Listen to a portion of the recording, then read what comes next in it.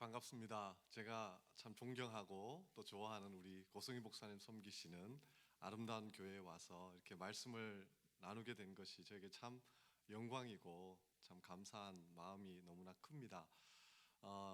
이왕 이렇게 새벽에 오셨는데요. 저희가 오늘 한번 은혜를 받든지 아니면 열을 받고 돌아가든지 둘 중에 하나는 했으면 좋겠습니다. 그런 마음으로 한번 서로를 향해서 은혜 받든지 열 받든지 합시다. 한번 인사하겠습니다. 은혜 받든지 열 받든지 합시다. 감사합니다. 때로는 그 서로의 기대와 반응이 어긋나면서 엉뚱한 결과를 낳을 때가 있습니다. 예를 들면 남편에게 집안일을 부탁할 때 일어나는 일들입니다. 여보, 오늘 저 검은 봉지에 있는 감자 반만 깎아서 물에 좀 담궈놔 줘요. 그리고 아내가 출근을 했습니다. 돌아왔더니 진짜 감자 하나하나가 반쪽만 껍질이 까져가지고 물에 담겨져 있는 겁니다. 여보, 저 퇴근하기 전에 저 세탁기 좀 돌려놔 주세요. 그리고 갔다 왔더니 세탁기 통이 이렇게 뒤로 돌아져 있는 겁니다.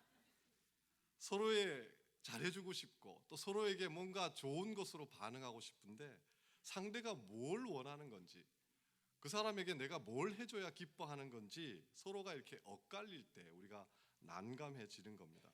처음부터 속 시원하게 나는 이렇게 해주는 걸 원해 라고 정확하게 알려주면 얼마나 좋을까. 특별히 요즘처럼 연말 연시가 되면 사랑하는 사람들에게 선물을 하기 위해서 저희가 준비를 하는데 그때마다 고민하는 게 그겁니다. 속 시원하게 여보, 나는 이번에 지갑 하나 사주면 좋겠어, 이렇게 얘기하면 얼마나 좋겠습니까?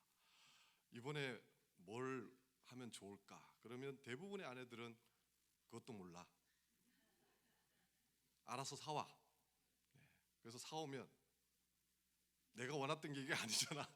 남편들이 굉장히 힘들어지는 그런 시절인 것 같습니다. 오늘 말씀에 보면 하나님을 참 사랑하는 한 사람이 나오는데 이 사람도 이런 고민을 하고 있는 것이 나옵니다. 내가 무엇을 가지고 요 앞에 나아가며 무엇으로 주님 앞에 경배할까? 이 사람은 하나님을 참 사랑했던 것 같습니다. 그래서 하나님께 좀 뭔가 잘 해드리고 싶고 하나님을 좀 기쁘게 해드리고 싶은 마음이 있는데 문제는 하나님이 뭘 원하시는지를 잘 모르겠다는 겁니다. 당시 대부분의 사람들은 하나님께 양과 소를 제물로 드리면 기뻐하신다고 생각했습니다. 그래서 이 사람도 이런 넋두리를 하는 겁니다. 이번에 1년 된 송아지를 한번 드려볼까? 이왕 드리는 거 한 100마리, 1000마리를 한번 드려볼까? 아니면 내가 지금까지 받은 용서나 하나님이 베푸신 그 은혜를 생각하면 진짜 내 맏아들 바치라 그러면 맏아들 바칠까? 이런 간절한 그런 기대와 마음을 갖고 있는 겁니다. 그런 이분의 마음을 이해하시고 하나님께서 오늘 나는 이런 것을 원한다라고 속 시원하게 얘기하신 말씀이 오늘의 본문인 것입니다. 어쩌면 이 자리에도 어떻게 하면 하나님께 잘할까, 하나님께 좀 잘 기쁘시게 해드릴 수 있을까를 고민하던 분들이 오셨을 것 같습니다. 아마 오늘 이 말씀은 내가 어떻게 하면 하나님께 좀 잘할 수 있을까, 어떻게 하면 하나님과 잘 믿고 잘할 수 있을까를 고민하는 분들에게는 아주 확실한 응답이 될 것입니다. 문제는 그 당시 유대인들은 큰 오해를 하고 있었습니다. 레위기를 살펴보면 하나님께서 제사 제도를 만드신 것은 뭐가 부족해서 제물을 받아서 뭘 본인이 원하는 배를 불리려고 그러신 게 아니라 하나님 앞에 누군가가 나와서 하나님과 그 제사를 통해서 교제하고 하나님과 그들이 가까이 하기를 원하셨기 때문이라는 생각이 듭니다. 그랬기 때문에 하나님은 하나님 앞에 나올 때 누구든지 마음만 있으면 제사를 드리러 나올 수 있도록 하셨습니다. 그래서 형편과 처지에 맞게 가난한 사람은 비둘기 한 마리만 가지고 나와도 된다. 좀 중산층은 양이나 염소를 가지고 와라. 그리고 부자들은 이번에 소를 한번 잡아보자, 이렇게 할 수 있도록 생활 형편에 맞게 그 기준을 만들어 주셨습니다. 왜냐하면 하나님은 재물이 목적이 아니라 나아오는 그 사람이 만나고 싶은 거고 나아오는 그 존재를 주님이 용서하시고 관계를 원하셨다는 거죠. 마치 명절 때 시골에서 부모님들이 이번에 우리 큰아들이 내려오려나? 우리 막내딸 내려오려나? 이렇게 기다리시는 마음과 비슷한 거예요. 근데 여러분, 그 부모님들, 여러분도 부모님 되셔 아시겠지만, 이번에 큰아들이 양을 몰고 올라나 소를 몰고 올라나, 이번에 어떤 큰 선물을 갖고 올까, 이게 중요한 마음이 아니라는 겁니다. 그 선물이 중요한 게 아니라 그것을 들고 시골 내려와 부모님을 찾아오는 큰아들이라는 존재, 막내딸이라는 그 인격체가 하나님은 더 원하고 기다려진다는 것입니다. 그래서 우리는 깨달아야 되는 것이 하나님께 무엇을 가지고 나오는가가 중요한 게 아니에요. 바로 하나님 앞에 우리가 어떤 존재로 나오는가가 중요하다는 것입니다. 그래서 하나님이 정말 바라는 게 대단한 재물이었다, 그렇다면 우리 표현대로 제사보다 제밥에 관심이 많은 분이셨다라고 한다면 아마 제사 제도를 이렇게 바꾸셨을지도 모르겠어요. 나는 무조건 소만 받겠다. 네. 그래서 소 가장 적게 바치는 자도 소 한 마리, 그리고 무조건 그 이상만 제사를 드려라, 뭐 이렇게 정하셨겠죠. 근데 하나님 그렇게 하지 않으셨다는 거예요. 들고 오는 제물의 값어치가 아니라 그 제물 비둘기 한 마리라도 하나님 앞에 가지고 나오는 그분 안에 담긴, 그 존재 안에 담긴 마음, 중심, 그것을 하나님께서는 더 많이 보셨다는 겁니다. 그 당시 유대 나라는 상당히 잘 사는 나라였습니다. 도시도 발달하고 산업도 풍요하고 사람들이 나름 잘 먹고 잘 사는 시기였습니다. 문제는 오늘날의 모습처럼 사람들이 잘 먹고 잘 살면서부터 타락하기 시작한다는 거예요. 그러다 보니까 부정부패가 판을 치게 되고 약자를 착취하게 되고요. 종교 지도자들이 말 그대로 종교의 이름으로 많은 악을 행하는 그런 시대가 되었습니다. 특별히 하나님께 선택받고 하나님을 사랑하는 이스라엘 민족인데 그 시절에는 우상들을 숭배하는 것이 너무나 당연해진 그런 상황이 되었습니다. 그러니까 사람들의 일상을 살펴보면 어떻게 사냐면 일주일 내내 부정부패하고 뒷돈 받고 약자 착취하고 막 악행을 일삼는 겁니다. 그러다 보니까 캥기잖아요. 악을 하다 보면 좀 캥기는 게 있잖아요. 그러니까 안식일, 이제 우리 지금 주일만 되면 막 소를 잡고 막 몇 마리씩 잡는 거예요. 내가 이렇게 소를 많이 잡아 드리면 하나님이 내가 좀 저지른 나쁜 짓을 조금 눈 감아 주시지 않을까? 내가 이렇게 이번에 소를 1000마리 바쳤으니까 일주일 동안 내가 나쁜 짓 한 걸 하나님이 좀 지나가 주시지 않을까? 하나님을 잡신으로 취급한 거죠. 근데 이런 게 반작용이라는 거예요. 캥기니까 오버하는 거죠. 여러분, 진짜 무섭고요, 한번 물면 치명적인 그런 개들은 잘 짖지 않습니다. 그거 아세요? 하고 노려보는 거죠. 하고 있다가 한 번에 그냥 치명상을 입히는 겁니다. 그게 실제로 무서운 개들, 그죠? 그런 개들입니다. 근데 저희 동네에도 몇 마리 있습니다. 아이고, 요만한 놈들이 어찌나 짖고 아주 막 난리를 치고 막 그냥 당장이라도 무슨 뭘 일을 벌리듯이, 저희 집 바로 앞에 한 마리가 있는데 요만한 개예요. 새벽에 새벽기도 딱 나가면 막 우와와 해서 막 저랑 아내랑 막 깜짝깜짝 놀래가지고 너무 놀래요. 지만 짖을 줄 아는 것 같아 보면은. 근데 뭐냐면 그게 반작용이에요. 캥기니까. 예. 그러니까 그 당시 유대인들은 캥기니까 막 소를 몇 마리씩 잡고 막 난리를 친 거예요. 그 당시에 몰록이라는 우상이 있었어요. 그 몰록이라는 신에게는 최고의 보상을 받으려면 마지막 순간에는 자기 아들을 죽여서 바쳐야 되는 시대였어요. 그러니까 아까 이 착한 분도 하나님이 원하시지도 않는데 그럼 내 맏아들을 잡아드려야 되나, 이런 고민을 하는 거예요. 실제로 그런 미친 짓들이 일어나고 있으니까요. 그러니까 안식일만 되면 막 소기름 냄새, 양기름 냄새, 제단에 막 제물들은 막 쌓여 있는데 하나님은 악취가 난다, 내가 너희들의 제물 냄새 맡을 수가 없다라고 싫다고 하신 거예요. 나는 너희들이 들고 오는 소에 관심이 있는 게 아니다. 너희는 나를 정말 원하고 나를 존중하고 정말 나를 좋아하는 게 아니라 너희들이 저지른 그 죄를 좀 가려고 면죄부 하나 얻어보려고 이렇게 난리를 치니까 내가 너무 괴롭다 말씀하시는, 너희들 손에 묻어있는 피냄새에 내가 진저리가 난다. 이게 예레미야, 이사야 읽어보시면 하나님이 터놓고 있는 속마음이라는 거예요. 그런데 이 한 사람이 하나님 앞에 어떻게 하면 하나님을 기쁘시게 할 수 있을까요? 묻고 있으니까 하나님이 너무 기쁘셨던 거예요. 그래서 얘야, 내 소원은 내가 정말 바라는 게 뭔지 아니? 그러고 답을 해주신 게 오늘 말씀인 거예요. 제가 저희 교회에서 굉장히 강조 자주 하는 말이 있습니다.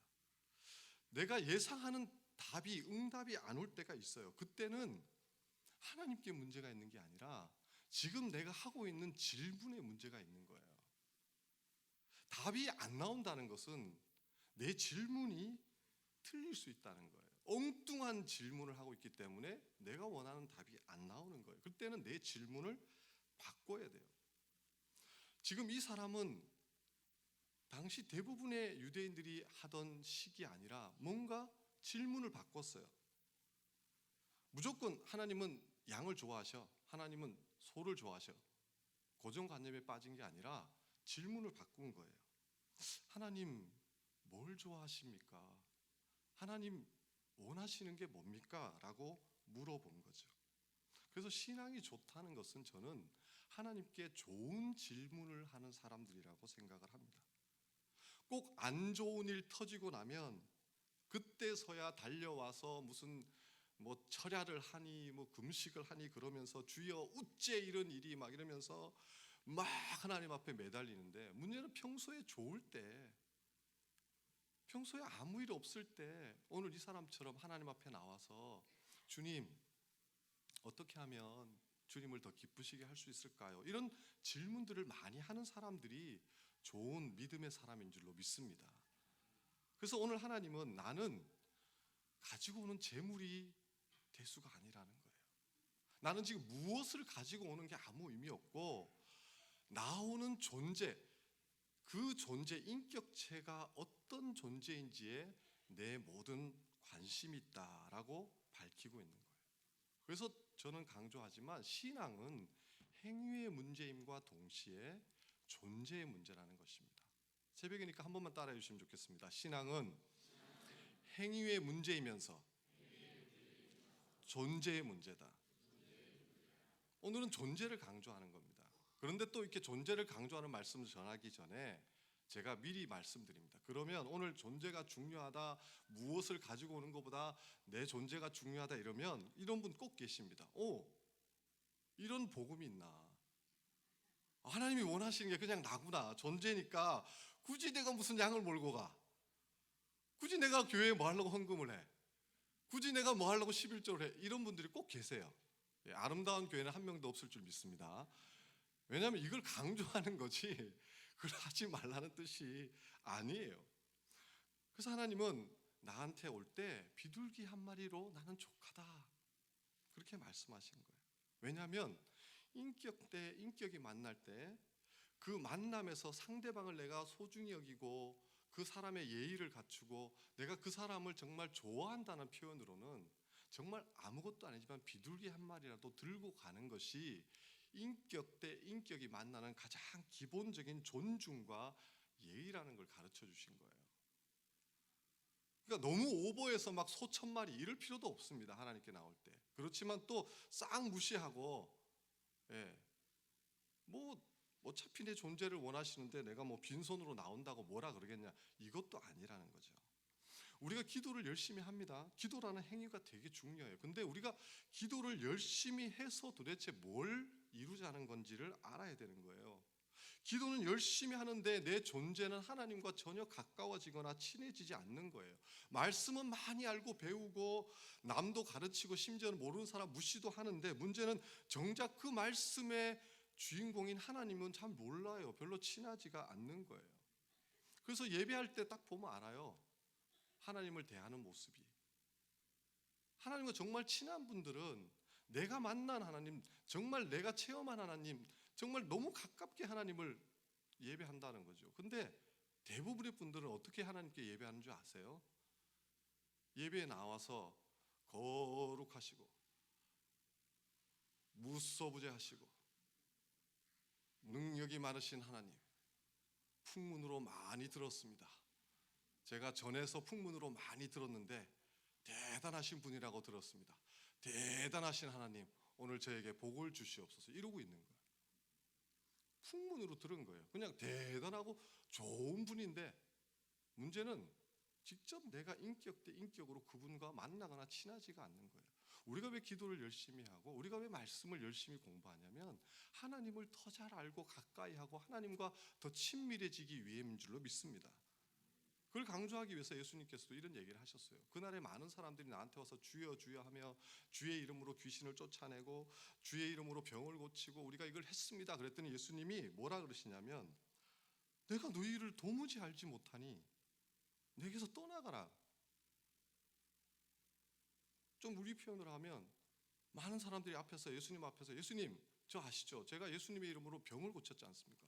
예수님 제가 예수님의 이름으로 기적을 행했지 않습니까? 제가 예수님의 이름으로 이런 대단한 사역을 하고 왔지 않습니까? 근데 예수님 뭐라 하시냐면 그러세요? 근데 누구세요? 저 잘 모르겠는데요. 저 아세요? 예수님이 그 사람한테 그렇게 묻는 거예요. 저 아세요? 저랑 친해요? 전 처음 뵙는 분인데 이렇게 반응하신다는 거예요. 왜냐하면 열심히 행위는 했어요. 근데 문제는 존재적으로 관계가 없는 거예요. 왜 우리가 기도하고 말씀하냐면 예수님과 친하자는 거예요. 예수님 안녕하세요. 오, 일령아 왔어. 이런 관계 되자는 거예요. 영원한 사귐으로 가는 거예요. 여러분 신앙생활의 핵심은요. 우리 주님과 가까워지고 친해지고 그 깊은 사귐에 들어가는 것이 목적이 되어야 될 줄로 믿습니다. 근데 이스라엘 사람들은 이런 귀한 분을 면죄부 자판기 취급을 한 거예요. 이번에 소 10마리 받으셨죠? 짱 누르고 면죄부 받아가는 거예요. 축복 자판기로 대우한 거예요. 이번에 양 10마리 바쳤으니까 내가 원하는 축복 꾹 띵동. 하나님 너무 마음이 아픈 거예요. 하나님은 온리원의 관계를 원하세요. 하나님 앞에 띵동 했는데 안 나와? 몰록한테 가지 뭐. 하나님한테 띵동 했는데 면죄부가 안 나와? 그러면 바알에게 가지 뭐. 굳이 이 하나님이 아니도 되는 거예요. 그 사람들한테. 재물만 받고 원하는 면죄부 주면 누구라도 상관이 없는 거예요. 성황당의 장승이든 뭐 몰록이든 바알이든 그렇게 하나님을 대하니까 하나님 마음이 너무 아팠던 거예요.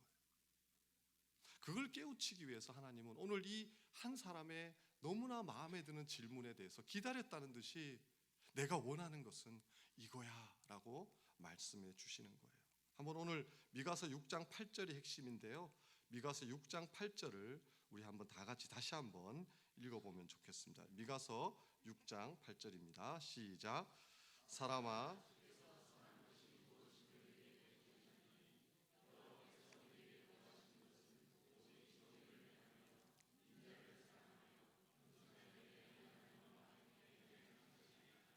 아멘.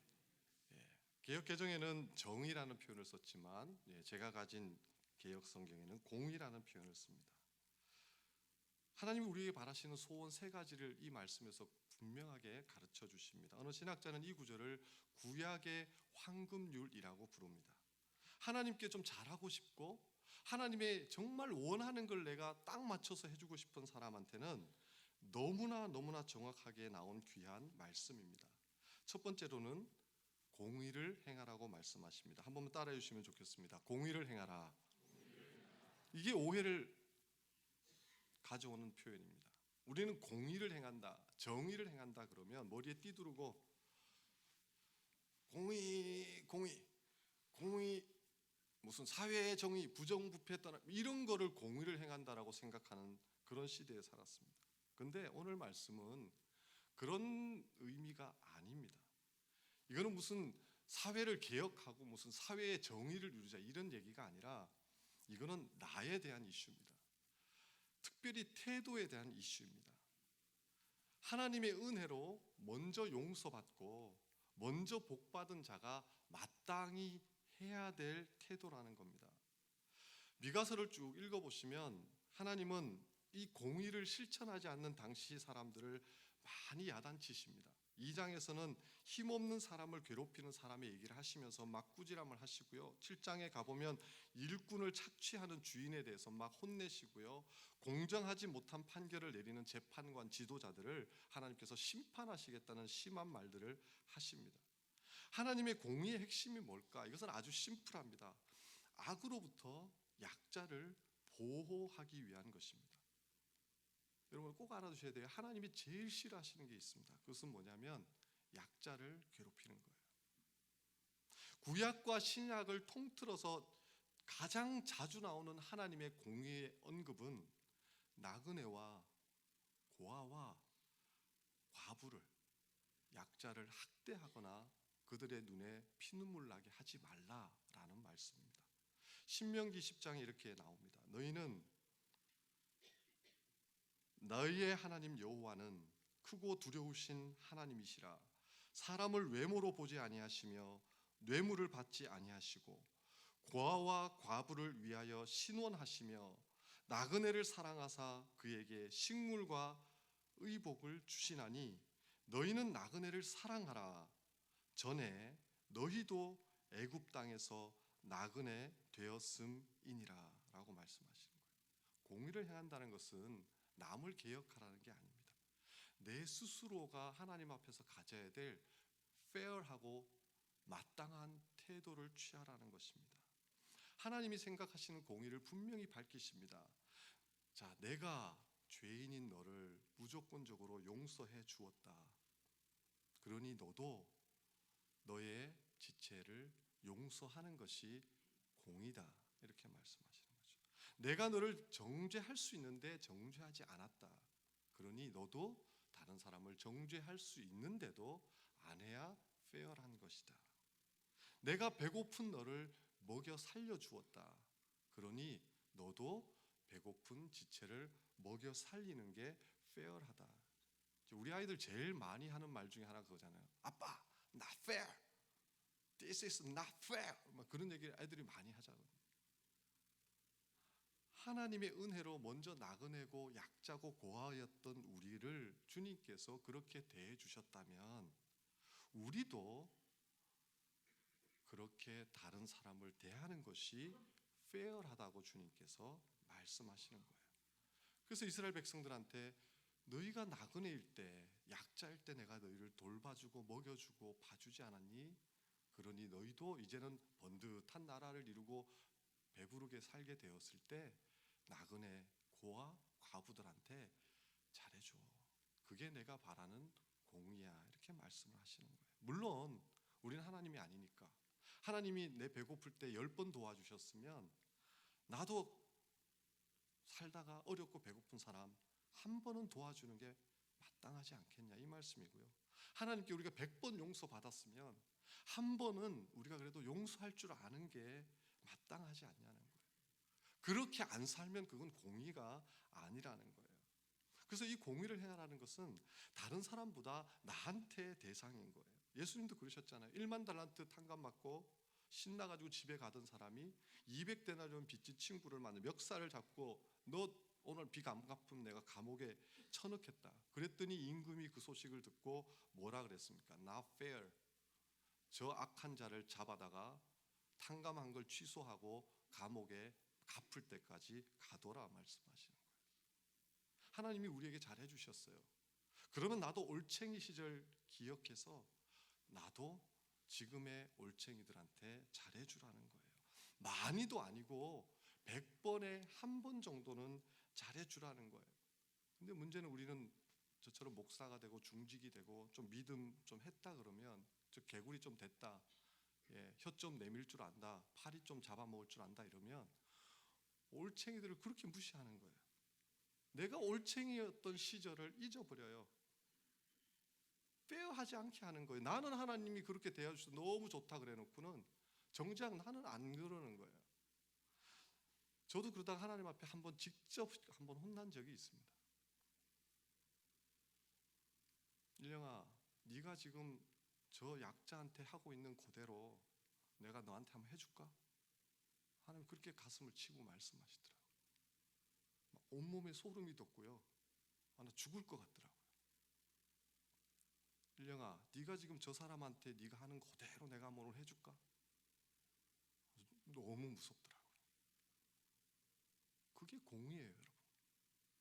여러분, 그동안 하나님이 여러분 한 것에 비해서 더 잘 봐주신 줄로 믿으십니까? 그러면 100번에 한 번은 하는 게 그저 그래도 잘 봐주라는 거예요. 하나님이 그동안 여러분의 허물 많이 덮어주신 거 맞습니까? 그러면 100번에 한두 번은 다른 사람 한 번 그렇게 덮어주라는 거예요. 그렇게 하나님의 아들, 딸들이 이 공의를 행하면서 살면 이 땅에, 우리 교회에, 우리 가정에 이 하나님의 공의가 나타나게 될 줄로 믿습니다. 근데 문제는 이게 뒤집어져 있잖아요. 이게 다 뒤집어져 있잖아요. 이 두 번째 하나님의 소원을 이해하면 더 분명해집니다. 하나님의 두 번째 소원은 우리가 인자를 사랑하라는 것입니다. 한번 따라하겠습니다. 인자를 사랑하라. 아까 공의를 행하는 것이 나 자신의 태도, 나 자신의 기준이라면 인자를 사랑하라, 이것이 다른 사람, 타인을 향한 하나님의 마음이고 기준이에요. 여기 인자는 예수님이 자주 인자가 하실 때 사람의 아들이라는 뜻이 아니라 헤세드라는 단어의 번역입니다. 이것은 하나님 차원의 자비와 긍휼을 의미하는 단어입니다. 하나님께서 어떤 연약한 존재를 봤을 때 막 마음속에서 너무너무 그 연약한 자가 불쌍하고 안 됐고 막 그냥 애틋한 마음으로 아이고 어떻게 할까라는, 바로 그게 헤세드예요. 그래서 나를 향해서는 페어한가, 하나님이 나를 잘 봐주시고 나를 향해서 잘 덮어주신 거를 내가 100분의 1이라도 하고 있는가, 공의를 행해야 되고, 다른 지체를 향해서는 이 하나님의 헤세드의 마음을 가지고 그들을 향해 다가가라는 거예요. 근데 문제는 우리 이거 뒤집어서 이거 완전히 반대로 살아가요. 청개구리죠. 헤세드를 줘야 될 옆에 있는 약한 사람들에게는 공의를 들이대는 겁니다. 하나님이 뭐라고 하셨는지 알아? 예배는 어떻게 드리라고 하는지 알아? 말씀은 어떻게 해야 되는지 알아? 그러면서 나도 못했는데, 옛날에 나도 그렇게 못 살았었는데, 공의를 들이대서 옆에 있는 약한 믿음 사람들, 약한 자들을 잡아 그냥 족치는 거예요. 이게 뒤집혀 있는 거예요. 나한테 공의를 행하고 헤세드를 베풀라는 게 하나님의 소원인데, 우리는 나한테는 헤세드를 퍼부어요. 나한테는. 근데 다른 사람한테는 공의를 갖다 대요. 자신한테는요, 얼마나 우리가 헤세드를 잘 베푸는지 아세요? 얼마나 자기 자신을 잘 봐주시는지 아세요? 하나님, 제가 오죽하면 이번에 그랬겠습니까? 마음은 원이로되 육신이 약하여서 주여.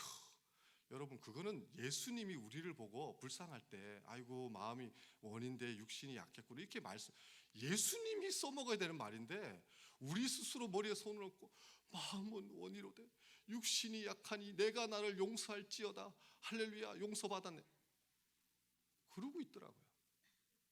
영화 밀양에도 나오지 않습니까?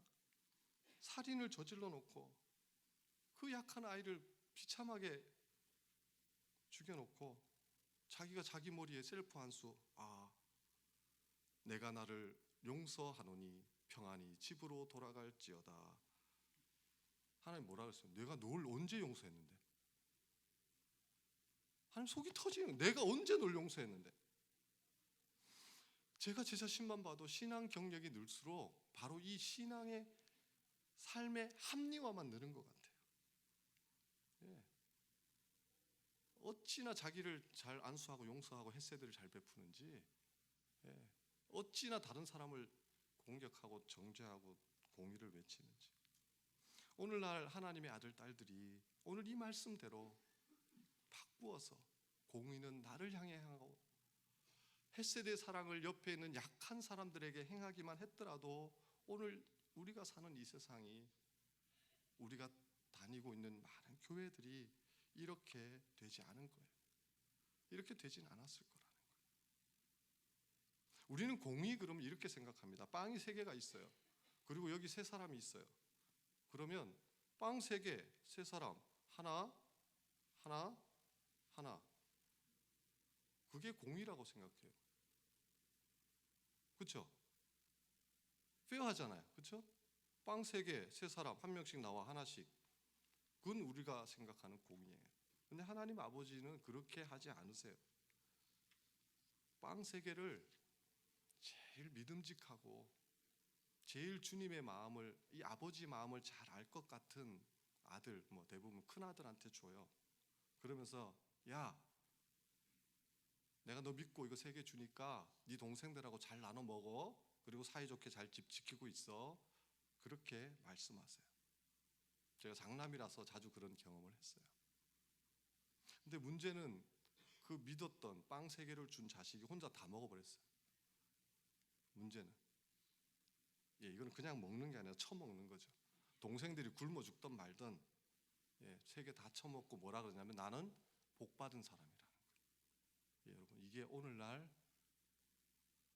왜곡된 크리스찬들의 모습이에요. 그게 우리일 수 있다는 거예요.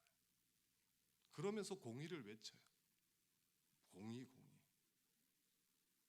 교회 안에 11조와 연보는요, 무슨 하나님이 돈이 부족해서 내라고 그런 게 아니에요. 잘 보시면 11조와 연보의 근본 정신은 바로 이 공의를 행하고 인자를 사랑하기 위한 하나님의 마음이 담긴 제도예요. 부자는 많이 내요.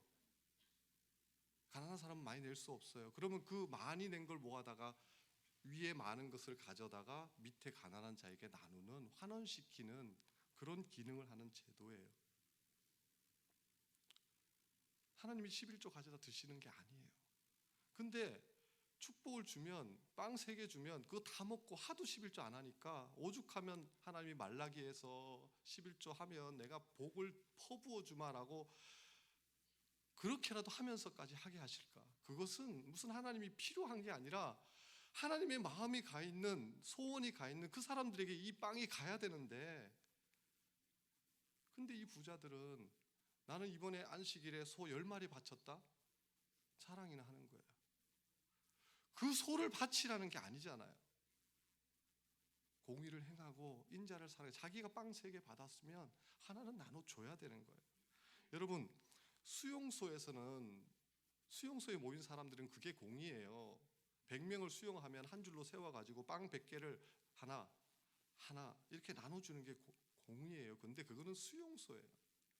가족은 그렇게 하는 거 아니에요. 가족은 빵 3덩이 놓고, 아니 한 덩이만 있어도 그걸 3조각으로 나눠 먹으면서 감사하다. 그게 가정이에요. 그게 교회예요, 여러분. 우리 교회는 그러라고 만드신 줄로 믿습니다. 우리 가정은 그렇게 하라고 만드신 줄 믿습니다. 이게 하나님의 공의와 사랑, 헤세드로 회복된 교회 가정의 모습이에요. 여러분의 가정이 이런 모습으로 회복되기를 주님의 이름으로 축원합니다. 이게 하나님의 소원이에요. 너희가 그렇게 살면 내가 소원이 없겠다. 소 100마리 나한테 가져오지 말고 옛날에 니처럼 약하고 가난한 고아와 과부와 약자들에게 좀 나눠주면 좋지 않겠냐.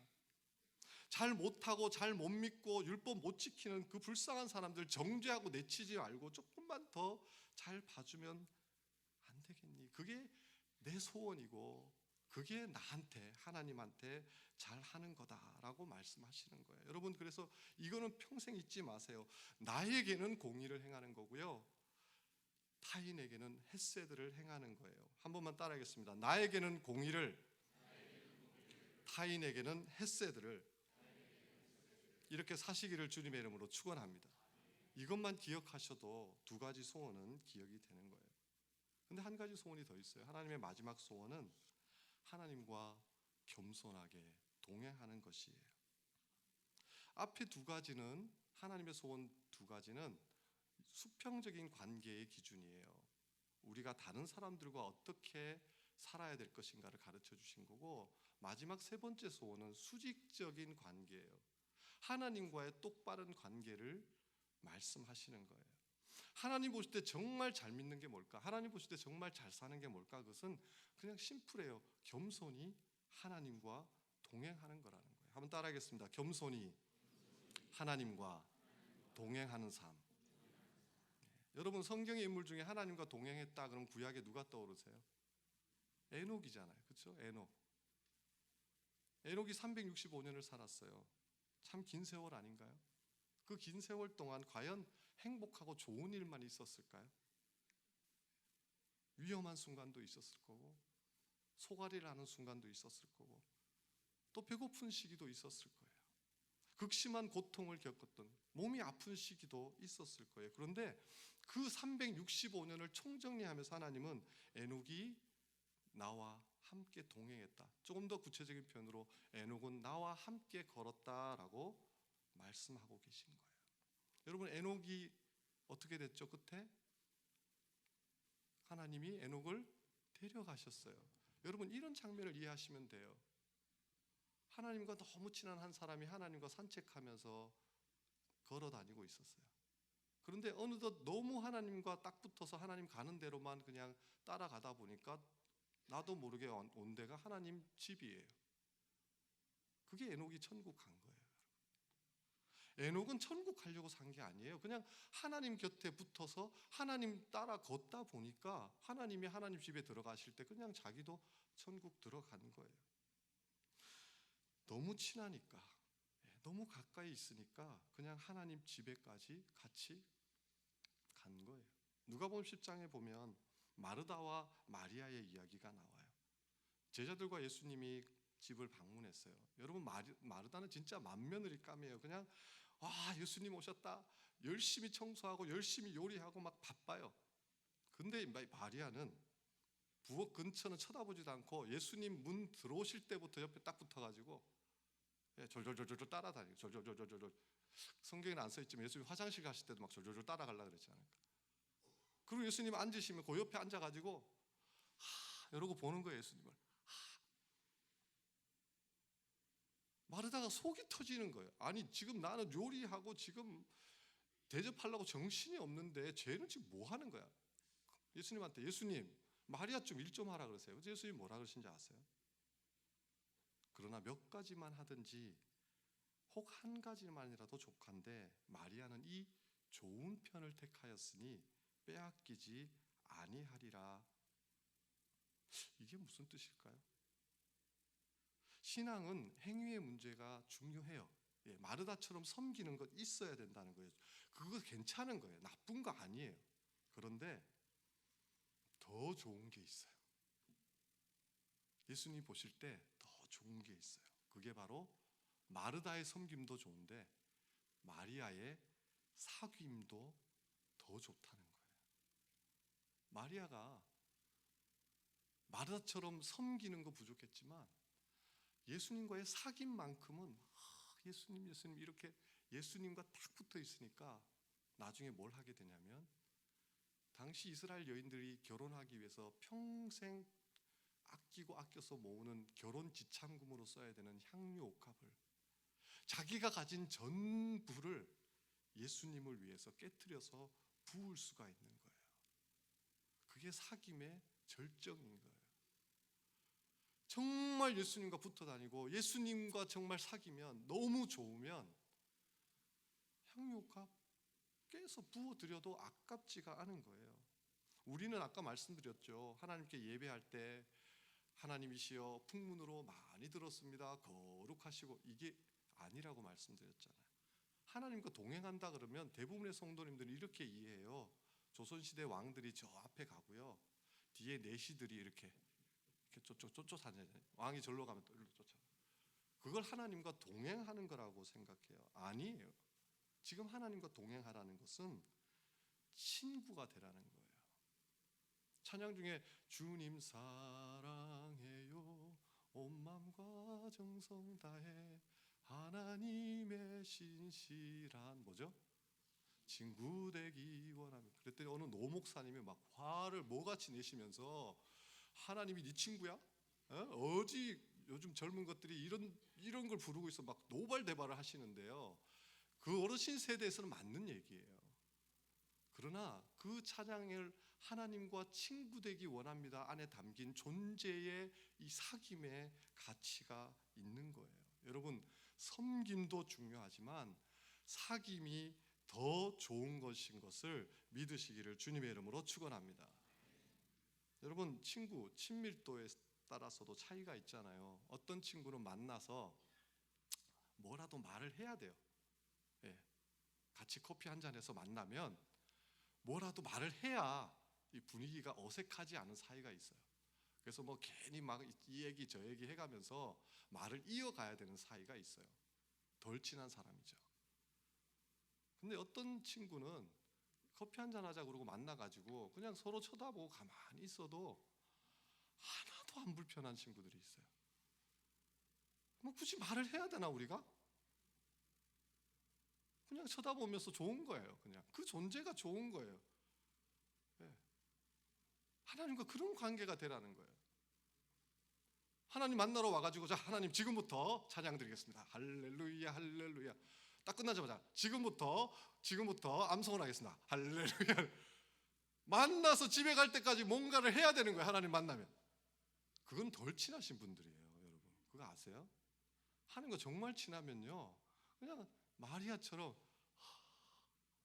그냥 하나님 이렇게 쳐다보고 그냥 하고 있는 게 좋은 거예요. 그냥 하나님 앞에 나와서 앉아 있는 게 너무 좋은 거예요. 주일날 교회 와서 앉아 있는 그 자체가 너무 좋은 거예요.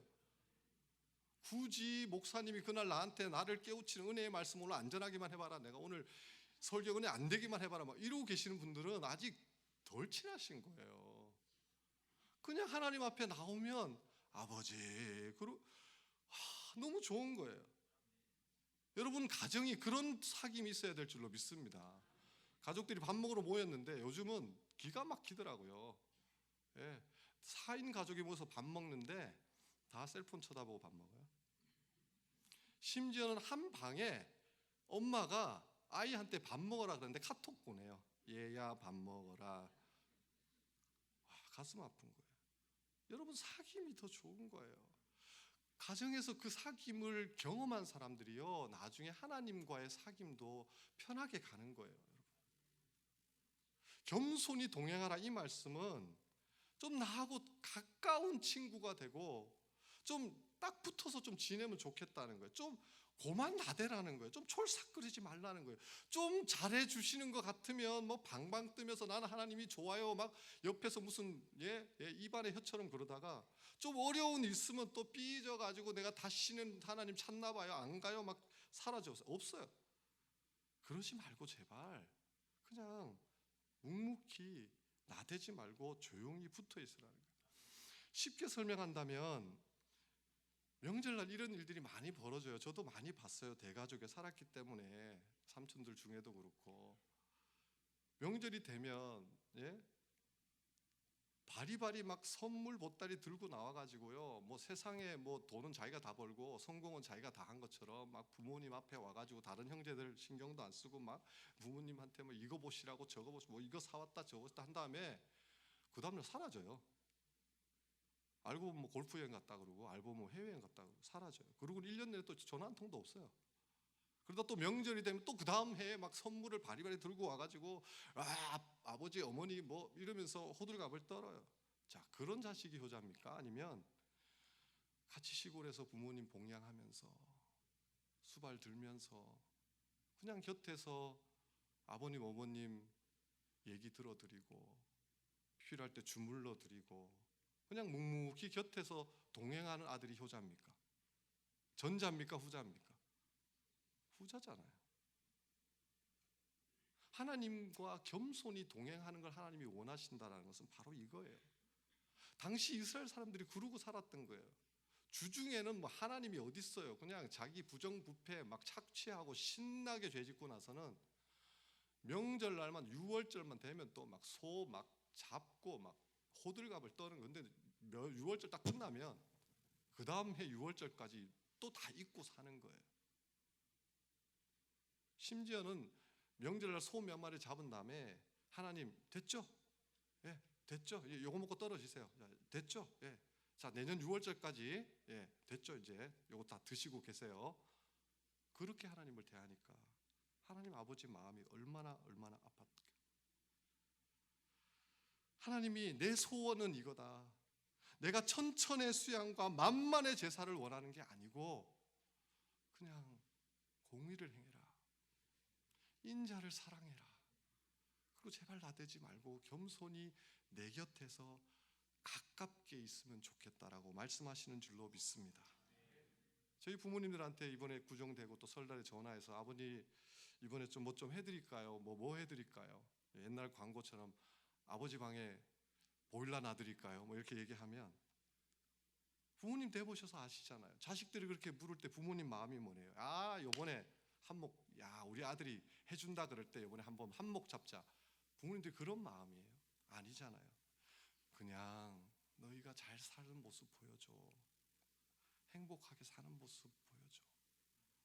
서로 제발 싸우지 말고, 불평하지 말고, 빵 3개 가졌다고 다 먹지 말고, 불쌍한 동생들 좀 나눠주고, 또 너에게 맡긴 내 사랑하는 하늘나라의 아들, 딸들 좀 제발 잡지 말고, 여기 계신 어머님들, 너 죽고 나 살자 애들 그냥 때려잡고 그냥 그러시지 말고, 그렇게만 살아도 나는 소원이 없겠어. 그게 바로 오늘 이 말씀에 담긴 하나님의 마음, 하나님의 소원인 줄로 믿습니다. 여러분, 하나님의 마음에 합한 자가 된다는 것은 목사님도 말씀하셨지만 효자 되는 거예요. 하나님 소원 들어드리는 사람들이 되는 거예요. 오늘 8절에 보면 사람아 라고 부르시거든요. 사람아 주께서 이렇게 말씀하실 때 이 사람아는 히브리어로 아담아예요. 저는 아담이 생각이 났어요. 에덴 동산에서 아담이 하나님 앞에 창조되고 나서 에덴 동산에서 아담이 주로 뭘 했을까요? 성경을 읽어보시면요, 아담이 하나님과 동산을 거닐더라. 아담이 밥 먹고 한 일은요, 하나님과 사귀고 동행한 거예요. 하나님과 산책한 거예요. 아담이 주로 밥 먹고 살면서 제일 많이 한 게 하나님과 사귀고 하나님과 산책하고 하나님과 같이 지낸 거예요. 그건 잘했어요. 근데 문제는 이 첫째 아담이 완전히 무너져요. 언제입니까? 하와 아내가 뱀의 꼬임에 빠져서 선악과를 먹고 찾아왔어요. 그래서 자기도 먹었어요. 그죠? 그래놓고 나중에 하나님이 아담아 너 왜 그랬니? 그랬더니 아담이 뭐라 그랬어요? 저는 이 장면이 너무 안타까워요. 그래서 남자의 한 사람으로서 너무 죄송해요. 이 쪼다 같은 아담 때문에. 만약에 하나님 앞에 아담이 무릎을 꿇고 하나님 이것은 이 가정의 제사장, 이 가정을 지키라고 세운 제가 제 아내를 못 지켜서 이 사단이 났습니다. 주님 저를 죽이시고 제 아내는 살려주십시오. 나에게는 공의, 이 아내에게는 헤세드를 부어주십시오. 그랬으면 저는 역사가 어떻게 바뀌었을지 모르겠어요. 근데 이 쪼다 아담이 우리가 하듯이 아내에게는 공의를 행해요. 이 여자가 한마디 더 붙였어요. 당신이 만드신 이 여자가 내게 먹으라고 했습니다.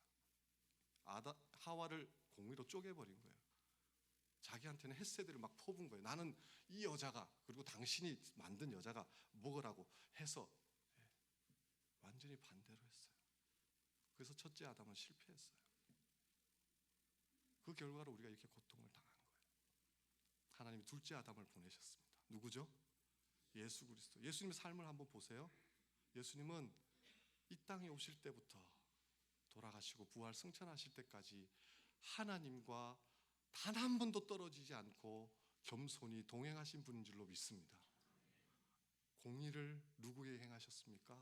자신을 향해 행하셨습니다. 나는 하나님의 어린 양으로 왔다.